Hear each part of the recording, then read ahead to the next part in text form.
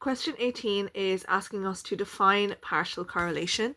So partial correlation can be defined as the correlation between two variables after removing the effect of one or more other variables from both of them. So that's a little bit confusing. So it's basically removing all other control variables from both the dependent and independent variable. So for example, if we go down to SPSS, we can see here there's a section that says partial correlation. So if we go to working memory capacity, just as an example, it says 0.822. That is basically the partial correlation of working memory capacity when you remove first year exams. So it's not just basically singling it out, it's removing the influence of all other variables from one variable.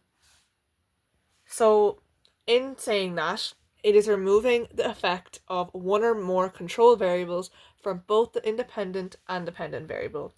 So to do this, to get the partial correlation, you need to regress the dependent variable with the control variable and then take the residuals.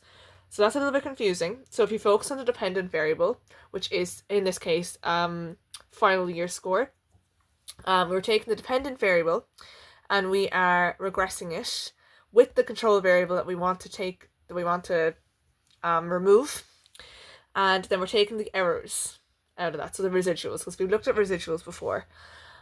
So we do the same thing with the independent variable. So for example, working memory capacity, we regress that with the control variable and we take the residuals from that as well. And then we correlate the two sets of residuals, and that is how you get the partial correlation. So then in going back to question 18, the correct answer is D, the correlation between the regressed residuals of both the dependent and independent variable.